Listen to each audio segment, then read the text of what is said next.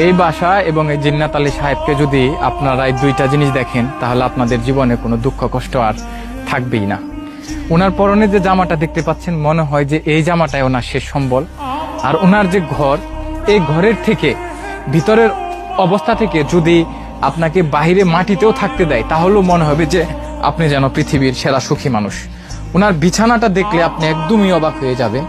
দেখেন বিছানার অবস্থা কি, কোথার থেকে কত বছর আগে এই তুষকটা চেয়ে আনছিল সেটা বলতে পারবো না। আর এই দেখেন কিছু পুরনো জামা কাপড় কে দিয়েছে, কোথার থেকে পেয়েছে জানি না। একটা এখানে গুরুত্বপূর্ণ কথা হচ্ছে, উনি কিন্তু ভিক্ষা করে না, কারো কাছে হাত পাতে না, খুবই পরিশ্রম করে সেই কোনাবাড়ি যায়। উনি জীবিকা নির্বাহ করে 2 থেকে 3 দিন পর কোনাবাড়ি থেকে কলা এনে কিছু টাকা বিক্রি করে লাভ হয়, সেই টাকা দিয়ে এত কষ্ট, হ্যাঁ সেই টাকায় খায়। আরে না পেলে না খেয়ে থাকে, দেখছেন।